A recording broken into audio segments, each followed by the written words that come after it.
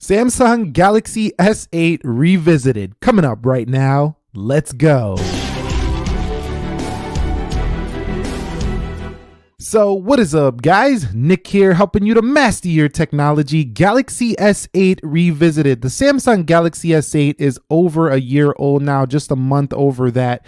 And the reason I'm actually making this video is because I just find this phone to be such a great value right now. And with the introduction of phones like the OnePlus 5T, the OnePlus 6, there's a lot of mid-range phones that can be had for a similar price point, but they're not flagship level as in the camera, as in having things like water resistance.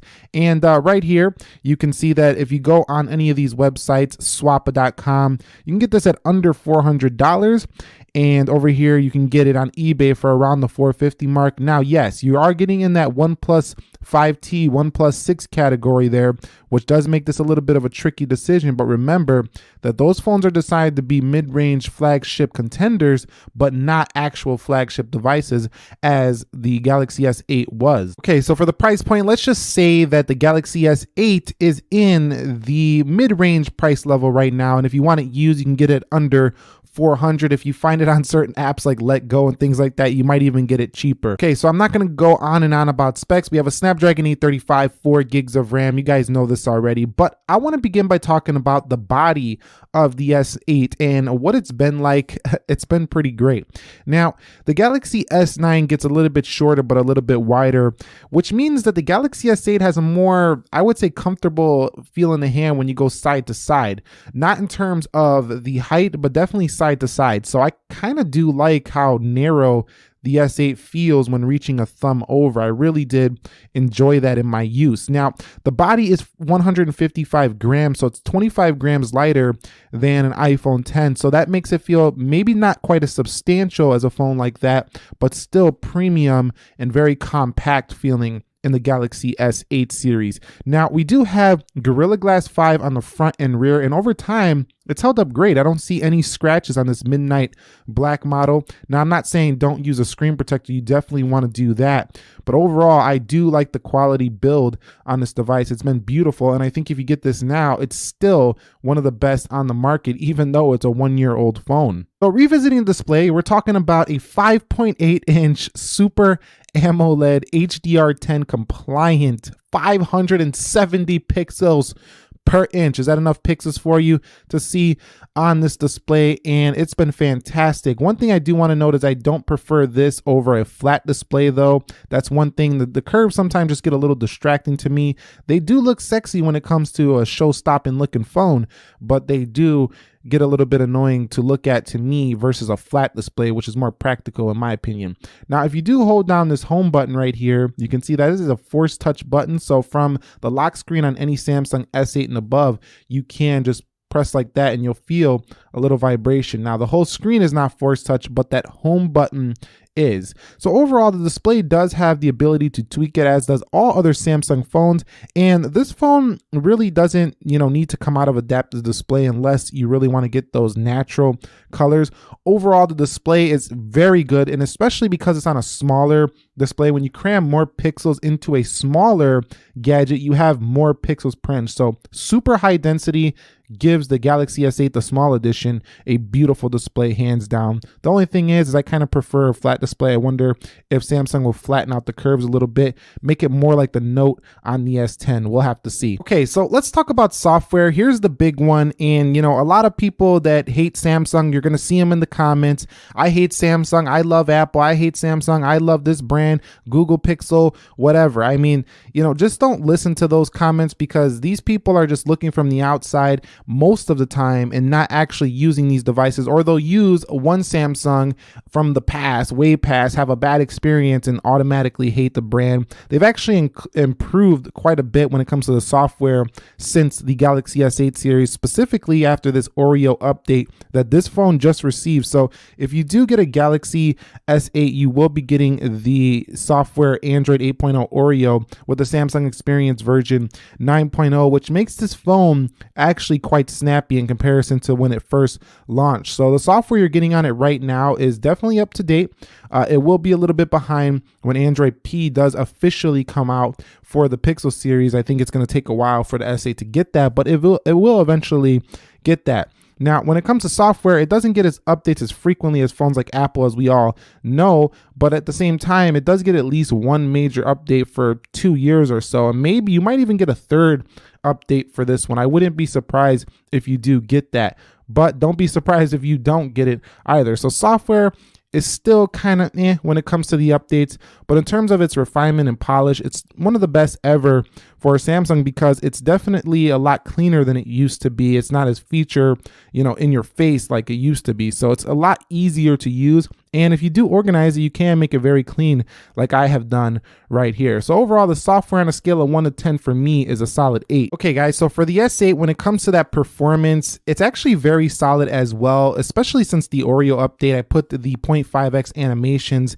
and the performance is just fast here for the Galaxy S8, even with the 4 gigs of RAM. Now, coupling a Samsung phone with 6 gigs of RAM to me gives it a better multitasking experience. Like when you go through your applications and reopen things, some things will reload a little bit like that on a 4 gig of RAM version, but when you're using a 6 gig of RAM, more things do hold in the background for a Samsung device. So just keep that in mind. On a 4 gig of RAM version, you don't want to run like 20 apps at a time. You probably want to run like 10 at max, just so you can keep everything loaded in the background. But other than that, it's very fast. And sometimes in the past software, it would twitch a little bit. It would like have input lag. Like when you touch it, it would just take a second to open.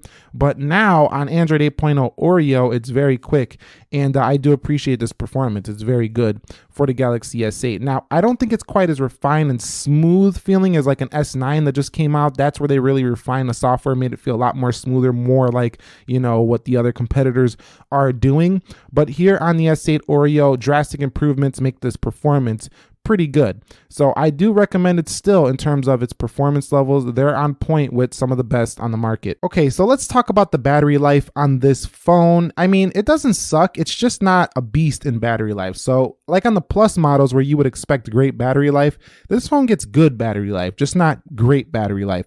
So the actual numbers I get is around 4 hours of on-screen time with the Galaxy S8. You do have these modes that will significantly improve that battery life if you do utilize them, but they do also kind of limit the experience of using this phone. So I don't really ever use those battery modes here for the Galaxy S8.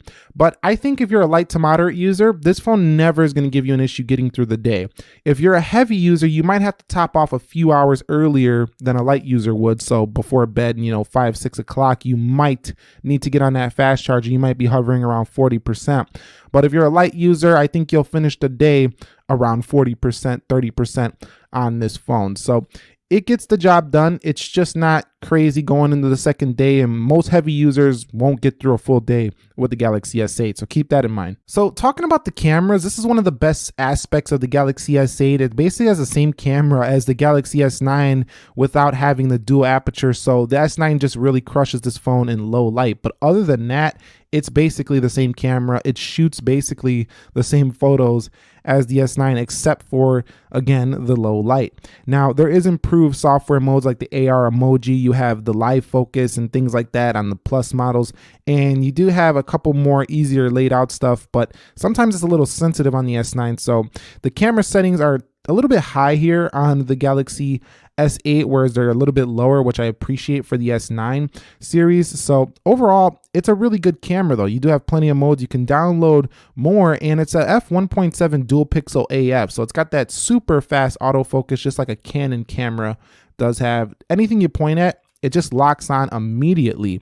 Now, one thing I don't like too much is the front camera on the S8. It's just super soft and it just doesn't look that good overall. Now, it does look fine for, a typical, just let me go post something on Facebook or Instagram, something like that. Nothing, no problems there.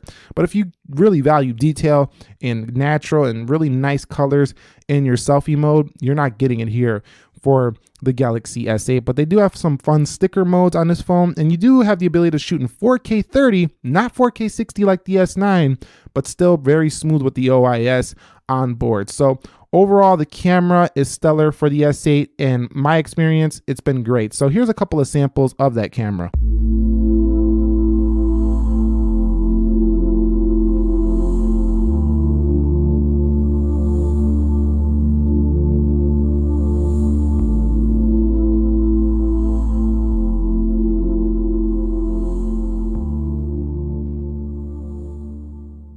Discussing one thing that I didn't really like about this phone was the audio performance. It's just not that loud from this single firing speaker. Now, again, they improved this, but we're talking about the S8 here. If you're going to pick up an S8 after 1 year, the audio is pretty tinny and it's easy to cover up. Don't get me wrong, you could hear stuff. It's not like you're not going to hear anything coming out of your phone. I'm not saying that. I'm just saying you're not going to be super impressed with that audio that comes out of this phone.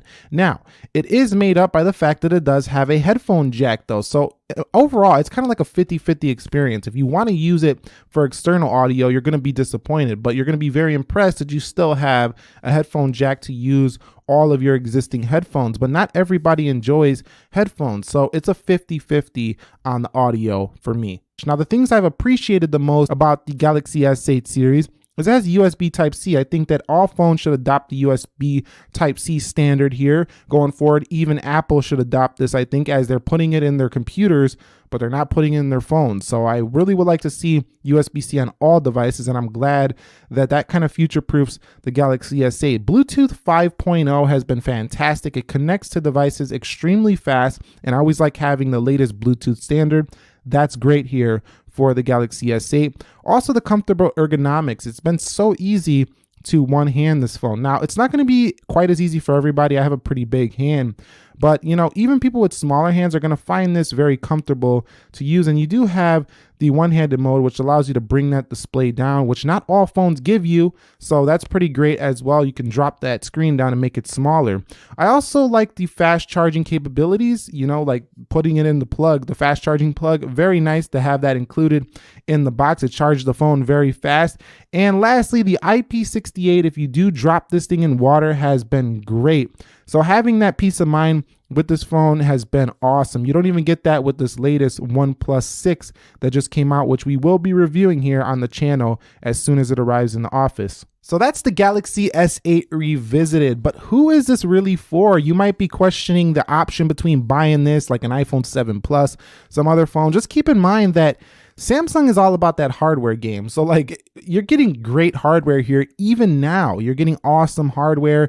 It's not that much of a difference from the S9. So you're saving yourself 50% over an S9 and you're still going to be able to use this thing quite easily for the next couple of years. It should last just fine. Has a great camera and it has IP68 water resistance. So it's flagship level. It's still premium. I think anybody who's looking for a ton of features but don't want to drop more than like that $400 price point, find one of these refurb, find one of these used in great mint condition. It's going to be a steal here for a Galaxy S8. Now, when you get around that $500 price point, it gets a little bit tricky. I would question if it's worth it there. But if you could find this thing at under $400, it's a go on the Galaxy S8. Do you agree with me? Do you disagree with me? Drop your comments down below. Hit that thumbs up if you enjoyed this. And if you're new here, consider subscribing for more. Nick here, helping you to master your technology.